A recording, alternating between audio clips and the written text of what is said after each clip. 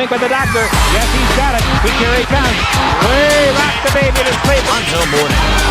Ewing. Oh, wow. Oh, he's going to try to get one more shot off the hand. Push the buzzer. Oh, that's it. How about that? Steps over Teron Lewis. Really thought about three. He'll put up a three.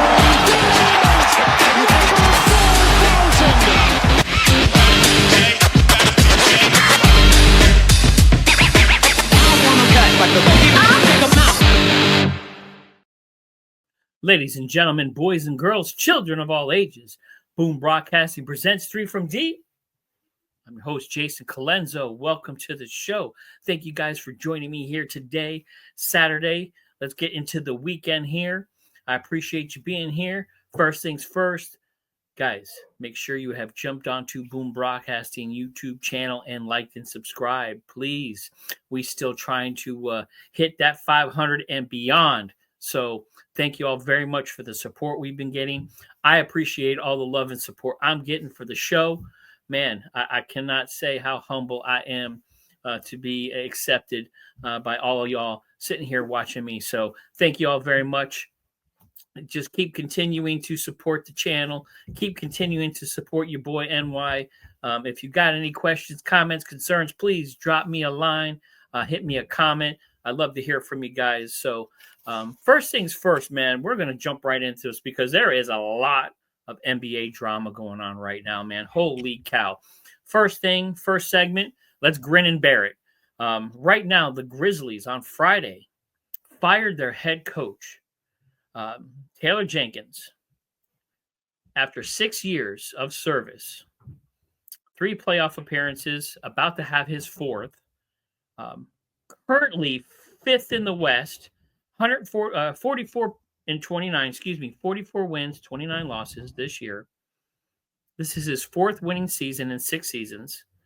This guy has dealt with the jaw drama, all these injuries. And now the Grizz, 10 games left in this season, decide to fire their head coach.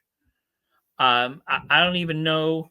I was going to read here. I have the quote from the team, which I'm going to read you guys because I couldn't believe this when this happened. So this was the Memphis Grizzlies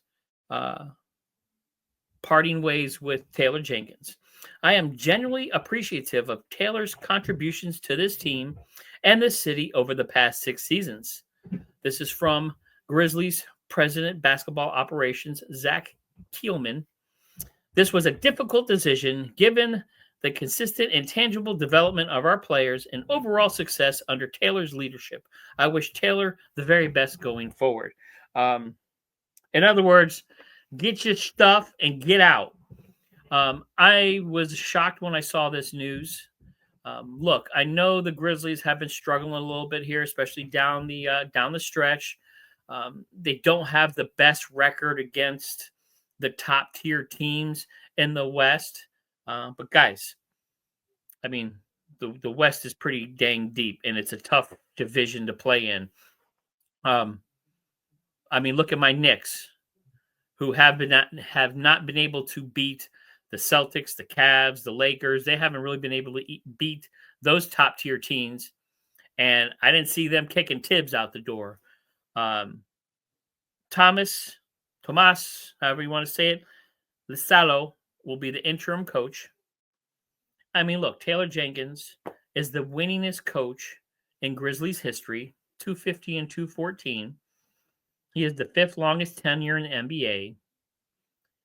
But guys, again, 10 games to go in this season to get to the playoffs. You decide to cut them loose. I never understood that. Usually that kind of stuff comes, the NHL is notorious for kind of doing some of these knee-jerk coaching firings so close to the playoffs. We've seen that happen before. Again, shocked when this happened. The Grizzlies are having a really good season. They're not setting everything on fire. deep West. You're fifth in the West. You're going to have a winning season. You're going to make it to the playoffs. So why not let him ride it out, get through the playoffs, see what happens, see how that team performs, and then make your decision at the end of the year. So I'm curious why this happened. I'm curious if there's some other stuff behind the scenes that maybe we're not seeing. This should come out in the wash here pretty soon. I don't know if Grizzlies brass thinks that this is going to kind of motivate the team with a coaching change. I haven't heard of any player grumblings, not getting along with Mr. Jenkins. So very, very interesting move by the Grizzlies. I don't know if this, again, is like hey, if we don't do well in the playoffs, well, it's because our coach wasn't that good and we kind of just eked our way. And I don't know, man. It's just, why would you do that? Why would you fire somebody that is your winningest coach, that is in the playoffs, that has dealt with a lot of things within that organization that a lot of coaches probably wouldn't have been able to handle? Again, injuries, the job situation. I mean, if you want to blame him for that, but I'm getting tired of hearing coaches being blamed for players doing things off of the court or off of the field. A lot of times coaches are held accountable for these kind of things. Look, I can see if it's college or high school, coaches should be held accountable. When you're dealing with kids and you are an adult figure, yes, you should be held accountable. Some of the things that are going on in college football, when off the field, these kids are getting in trouble for speeding, drinking, all this other stuff. I think the coach and the school should be held accountable because, again, you're responsible for children. But this is the NBA. These guys are men. They get paid to do a job, not to be policed by a head coach telling them what to do, how to do it. So in no way, shape, or form should the coach take any heat for like some of the things that Ja did off the court. Yes, you can have a man-to-man conversation behind closed doors like, hey, look, this ain't good. But other than that, what are you supposed to do? Send him to his room? Like I don't know what a head coach is supposed to do with that kind of situation. You try to have a culture within your organization that prevents these kind of things. But that is not just the head coach. That starts at the top. That starts with ownership. That starts with the president, with the GM. Everybody in the organization has to be accountable for these kind of things. So, again, shocking. Grizzlies looking for a new head coach. It'll be interesting to see when that coaching search kind of starts. It'll be interesting to see how the Grizzlies respond to this, whether positively, negatively. I don't know. Crazy. 10 games to go. Get out. Man, Grizz. Figure it out. All right. Second segment. If you mess with the bull, you're going to get the horns. Lakers do not like the Chicago Bulls right now. I don't even know. Thursday night, Lakers up by at least as many as 18 points, up by 5 with 12.6 seconds left to go. Then you get a 3 from Patrick Williams. Then you get a pass stolen. LeBron with the weak inbound. The King making a mistake, which he owned up to. And then Giddy stole it, hits Kobe White. Boom, another 3 with 6.1 seconds left. Takes a 1-point lead. Lakers call a timeout. Austin Reeves gets the ball, comes down, hits a layup with about 3 seconds to go. Now the Lakers take the lead by 1. Bulls, no timeouts. Lakers haven't played any defense in I don't know how long here now. Giddy gets the ball 46.5 feet away from the hoop, shoots up a three. Boom. Game winner. That was probably one of the most exciting 12 seconds I've seen in the NBA this year. If you guys haven't seen the clips and the videos, please go out there and Google it, take a look at it. It is insane, the sequence going on. Wow. Great win for the Chicago Bulls. Unbelievable. The Bulls are 8-2 in their last 10. They are in kind of the play-in tournament right now. I don't see the Bulls catching up in the East, but they are going into this play-in playoff tournament with some momentum. LA, man, you get stomped by the Bulls. Then you come back Monday. You lose to Orlando. Then Wednesday, LeBron gets the tip. He's the hero against the Pacers, 120-119. And then Thursday night, you kind of, I want to say, give the game away in Chicago.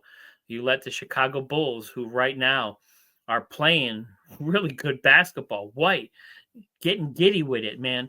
I would not want to play the Chicago Bulls right now in the play-in tournament because they're playing some dang good basketball. But, of course, the bigger story here is the Lakers.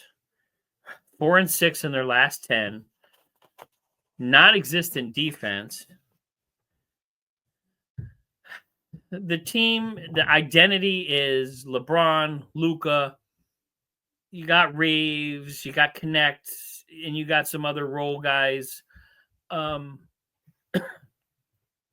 man, they have struggled the past 2 weeks. And they have not handled the limelight very well. The Los Angeles Lakers are in trouble. Fourth in the West, right there with the Grizz. The Grizz are fifth. They're tied, but I think LA has the tiebreaker. So that could flip-flop here at any moment if the Grizz, coming off what just happened with them, if they can win some games and string some games together. But the Lakers, man, the defense looks rough. They can't hold the lead. Breakdowns all over the place. I mean, you got LeBron willy-nilly throwing the ball in. You allow these guys to come back. No defense, no blockouts. Contest the shot. You allow Giddy to get a clean shot off. I mean, these guys practice those half-court flips. I mean, come on. This is 3 from deep, and that was Giddy 3 from deep. But it wasn't contested. He essentially was doing probably what he does a lot in practice. So you guys gave the Bulls a monumentous win, a second win against you in X amount of days. So I don't know. There is definitely a panic button being pressed in LA right now. I think that's going to come back and haunt them. This not being able to keep a lead. You're up by 18. Yes, the Bulls are at home, but to not be able to hold that lead, to really just give up and have that Olay defense where, just let guys do whatever they want, shoot whatever they want. So, disappointing loss for LA. I think this is going to haunt them getting into the playoffs, whether they're the 4th seed or 5th seed. I don't really think that matters. I think they're going to end up playing the Grizz no matter what. So I think that bodes well for them. I think the Lakers better hope that they don't slide anymore, that they do play the Grizzlies, because now they got an interim head coach. That franchise is kind of reeling a little bit. I think with LeBron and Luka getting beat up after this game, that may focus them a little bit better. But man, what a terrible loss for the Lakers, and what a great win for the Chicago Bulls. And it hurts my body to say that as a New York Knicks fan, to say anything positive about the Bulls. It's really tough, man. That hurts a little bit. But I think one of the reasons why you're seeing a lot of this lack of focus on the Lakers, especially a lack of focus on LeBron, we're going to get into the next segment here.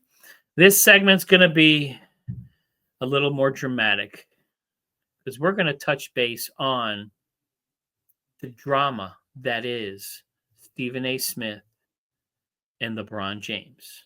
We're going to have another episode here of As the Basketball Turns. This drama between Stephen A. and LeBron has been taken to a whole nother level. Since the confrontation on March 6th at that Knicks game, when LeBron came up and had a conversation with Stephen A. that went viral, according to LeBron, since that incident, Stephen A's been on his Taylor Swift tour. That he's milking that publicity of the incident. And then since then, instead of just kind of letting this go, Stephen A has milked this and has been very vocal about LeBron James taking jabs at the king. Even though he didn't want to address it. Instead of saying one thing one time and that's it, he kept going. Poking him at every opportunity, just like Stephen A does, because he is a bit of a diva. But then this past Wednesday, on the Pat McAfee show, the king finally spoke out. And some of the things he said spoke volumes, throwing more verbal jabs at Stephen A. Smith, amongst others, which was kind of disappointing to hear this from LeBron James in the way he was speaking. And of course, Stephen A. has to come back, has to retort. This is turned into a full-blown diva fight between the king and Stephen A. This has also become embarrassing for the two men. Two of the most successful men in their fields. Stephen A., the mountaintop of ESPN, his face is all over the place. His show is number one. He is getting the new contract. Here's your $100 million man, Mr. Stephen A. Smith. You have the king, one of the greatest basketball players of all time. He is put into the pantheon of the greats. He is compared to Jordan and all these other guys. So you have two of these great men having a middle school spat in front of the national public. And then especially Stephen A. posting, well, if LeBron would have touched me, I would have started swinging. Stephen A., stop. If LeBron James got physical with you, you would flop harder than LeBron James on a no-foul call. I mean, let's just call it what it is. So the podcast or, TV show muscles, whatever you want to call them, your Instagram muscles, it needs to stop. And it needs to stop from both of them because it's very embarrassing to see two of these great men who are looked up to by a lot of people, especially kids, having this kind of spat on in the media, on social media. Very disappointed in LeBron.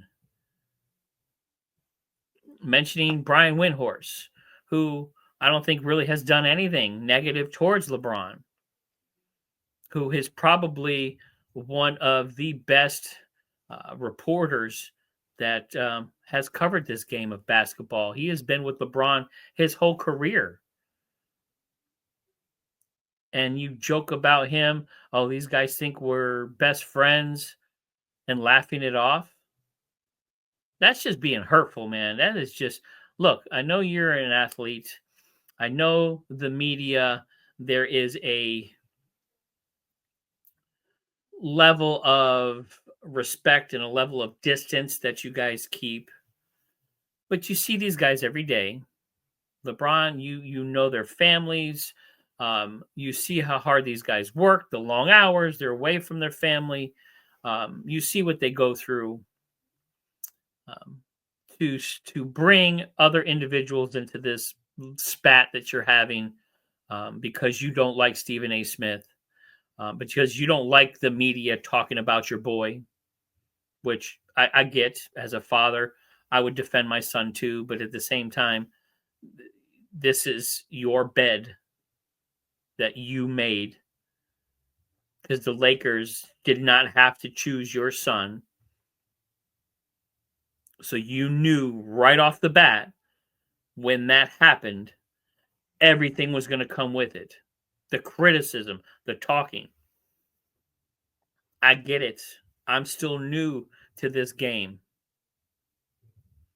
And I know sometimes some of the things that are said into this microphone can be hurtful to players. You know, when we criticize, when we have our favorites, when we have our guys we don't like, when we see things that we talk about and we try to spin it a little bit so we can make it sexy and sell it. I get it. I get how that hurts sometimes, but that is part of the game. That is why you guys, and that is why you make millions and millions of dollars every year. That is why you're a billionaire. That comes with the territory. You knew that in high school with everybody following you, with ESPN promoting your games. To turn around and continue the spat and continue to poke Stephen A. Smith to keep this going and to give him more fodder for television instead of just being cool. Guys, this thing is over. I said what I said. I'm done. Don't ask me anything else. You continue to keep going. Stephen A. Smith, I expect you to do what you're doing. I expect you to milk the shit out of this. Excuse my language. You just got paid a boatload of money from ESPN to put eyeballs on the screen. And with this drama between you and the King, man, are there eyeballs. I mean, you got everybody talking about this. You got podcasts all around the world talking about your beef with Stephen A. Smith, or with Stephen A. Smith and LeBron James.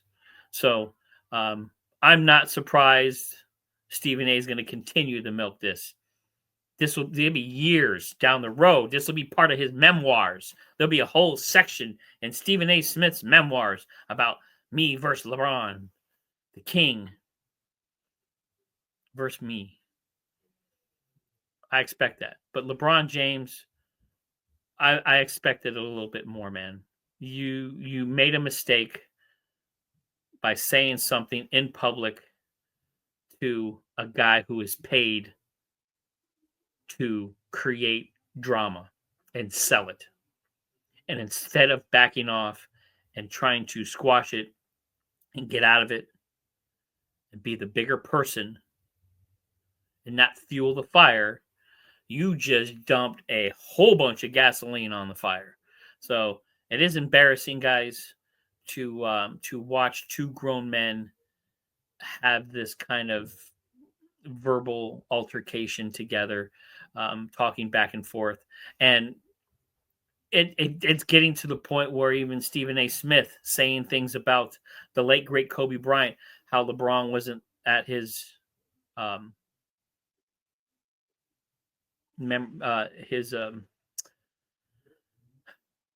his wake where they had the in the excuse me, where they talked about Kobe Bryant, that LeBron James wasn't present for his memorial, which he was. But there you go. This has gotten to the point where he is just going to start saying hurtful things. And guys, that is not cool. When you start getting to the point where the beef is, you start bringing in all kinds of other people into this thing. You're bringing in the late, great Kobe Bryant into your beef. You're bringing Brian Windhorst into your beef. Now you're going to start, you're bringing in people that have nothing to do with this thing. You're just trying to do and be angry and start a fight and try to say and one up the other guy and try to say something that's going to hurt one guy and not the other guy. It is terrible. It's not good. It's not a good look for either one of you. It's great television and it's great drama as the basketball turns. But squash it. Move on. Be a couple of men. Deal with it. Move on. But that had me thinking, guys. I'm going to take a quick time out. That had me thinking. This beef. I'm a big hip-hop fan. So hip-hop is always filled with beefs. You got Nas and Jay-Z. Cannabis and LL Cool J. You had so many great beefs in hip-hop history. East Coast versus West Coast. Biggie and Tupac. Probably the biggest one of all. But what are, to me, the top 5 NBA beefs of all time? So I got my top 5 here. So this had me thinking of some legitimate beefs, not no Twitter beefs. I'm talking legitimate beef. So my number 5 was Alonzo Mourning and Larry Johnson. Love me some Grandmama. Larry Johnson on the New York Knicks. But this started when Zoe and Johnson were on the Charlotte Hornets back in the day, 92, 93. Always kind of bubbled up. They hated each other. The money thing that got involved with contracts, they really just kind of blew up to each other. And then 1998, when Alonzo Mourning was on the Heat, Larry Johnson was on the Knicks. It exploded. They had this big fight. They took swings at each other that weren't even close. It was almost comical to watch. You know, it's funny to watch some of these NBA fights, especially some of these newer fights where you just hold me back. But this is the famous one that I couldn't think of the last show here, where Van Gundy was clutching Charles Oakley's ankles to try to prevent him from fighting.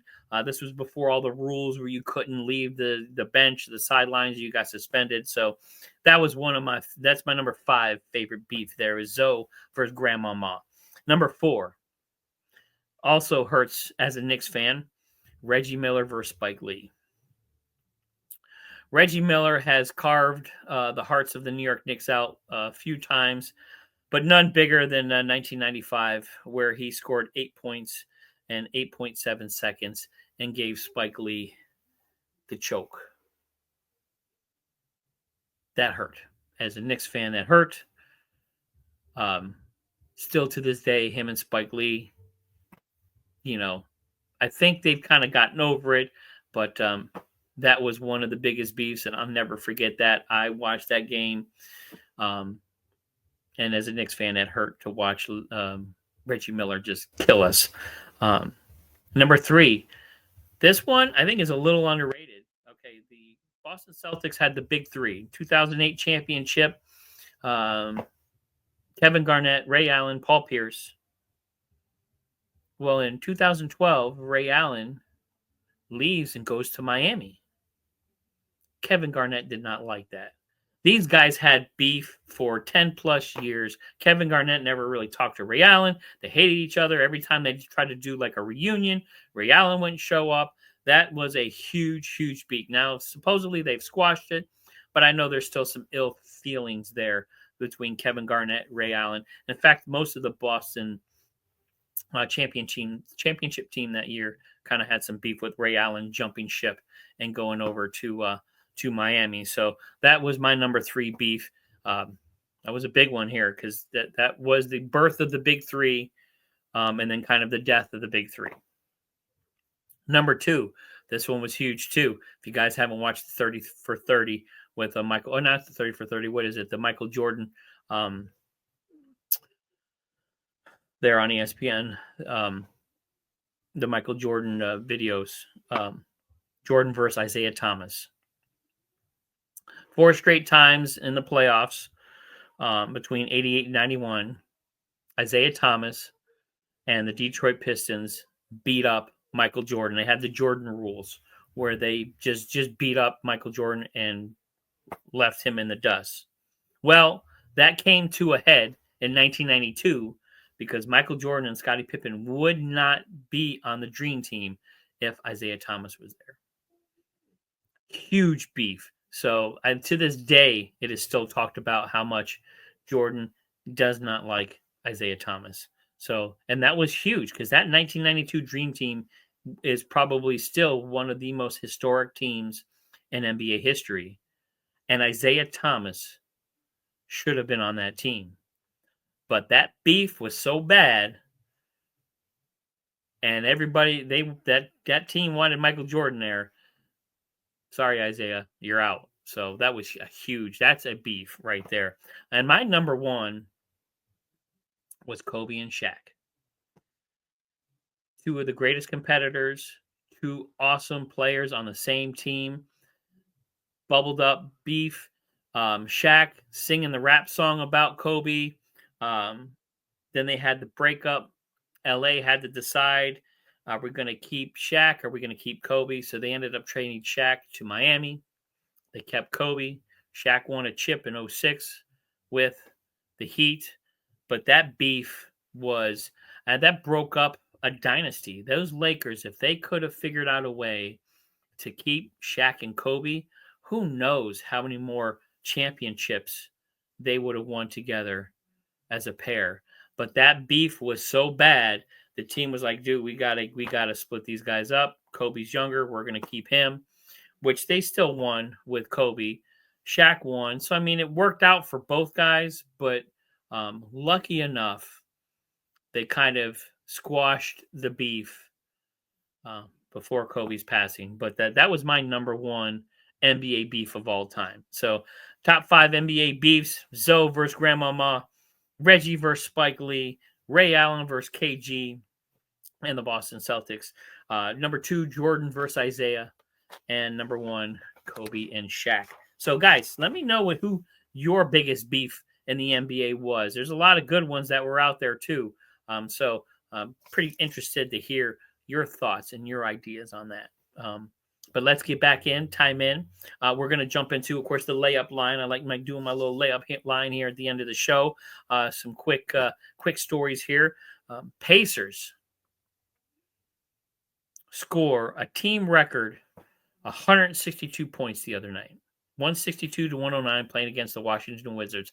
Yes, it was against the Wizards, the worst team in the NBA now, probably the worst franchise in the NBA right now, the Washington Wizards. They are horrendous. I don't even know what to do. I think they need to be regulated to another league. That's how bad they are. But Pacers, 9 players in double digits. Halliburton, 29, 22 for 34 at the three-point line. This got me thinking. It's like, okay, that was big, but like it's not shocking anymore. There's been about 84 teams plus this year that have scored over 130 points this season. They talk about scoring being up in the NBA. It is through the roof, with the three-point line being as prevalent as it is, but 3 from deep, so I can't hate on the three-point line. And no defense at all played in the NBA anymore. 140, 150 points is like, okay. When are we going to get to 200? And 200 is just normal. So it's crazy to think that right now in today's NBA, 162 points is just not that big of a deal and is kind of normal. That is insane. Don't know what to do with that. Second layup here. LaMelo Ball.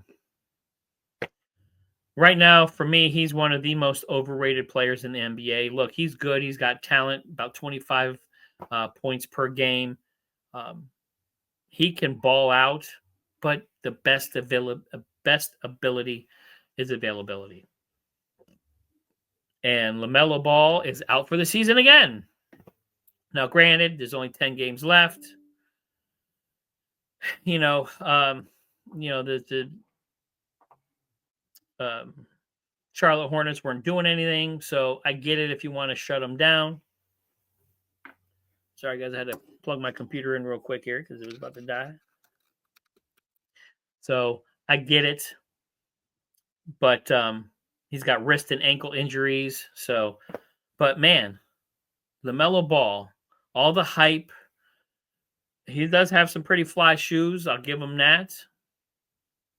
The Pumas. He's played 75 games once in his career, 21-22. His rookie season, he played 51 games. This year, he played 47. He has not played a full season since he's been in the NBA. He is kind of the skinnier version of Zion Williams. Disappointed because he does have talent. And I don't know if that's a Charlotte Hornets thing because then, I mean, as a franchise, they have really been non-existent over the past 15 years right now. It's been a long time since the Charlotte Hornets were even relevant in the NBA right now. But LaMelo Ball, probably, in my eyes, one of the most overrated players in the NBA right now, collecting paychecks, but not playing any basketball. It's crazy. Let me know what you guys think. Overrated. Number 3, we're in the third layup here. The playoff shuffle. We're getting into this shuffle now here, guys. In the East, not a lot of shuffling going on, but Pistons taking over that 5th spot. Bucks sliding a little bit down to that 6th spot. I don't think there's going to be much more movement, but you may see these two teams kind of go back and forth between 5 and 6. So it'll be interesting to see Pistons playing really, really well. Bucks, Dame with the injury. I don't know if he's going to be back for the playoffs. Got that blood clot. That is so disappointing, man. But we'll see. But the West is shuffling all over the place here. Clips take over the 6th spot. Warriors slide back to the play-in. So that they're a half game out. So that right now is got a little bit of drama building up there. Hopefully Steph can get back and get that Warriors team winning. Where is playoff Jimmy? Jimmy Buckets. You know, he came back and played against his former team, the Miami Heat there. I don't even think he got off the plane. That's how bad Jimmy Butler played in that Miami Heat game and return to Miami. I mean, were you that scared, Jimmy, where you didn't want to show up or show out? I mean, most guys kind of like love sticking it to their former team. You folded like a cheap suit. It was bad. So Warriors back into that play-in.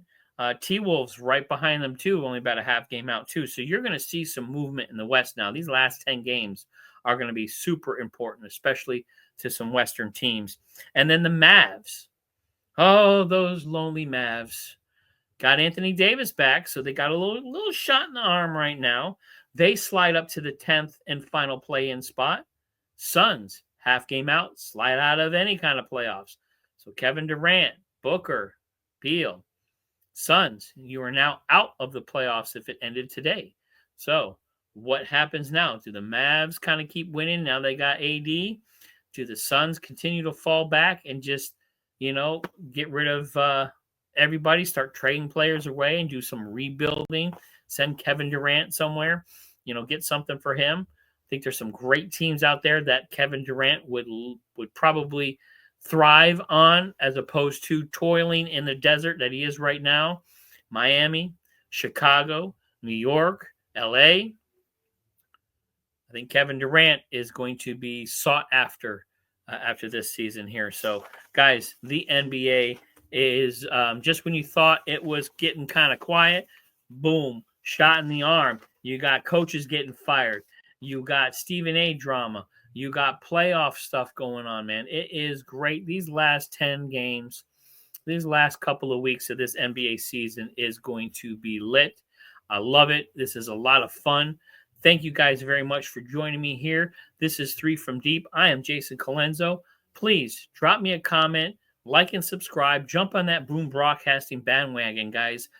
Still a new channel, but man, we are doing some big things, some great shows out there, some great content providers. We appreciate you guys being here. I appreciate you being here. Thank you all very much. Have a great weekend.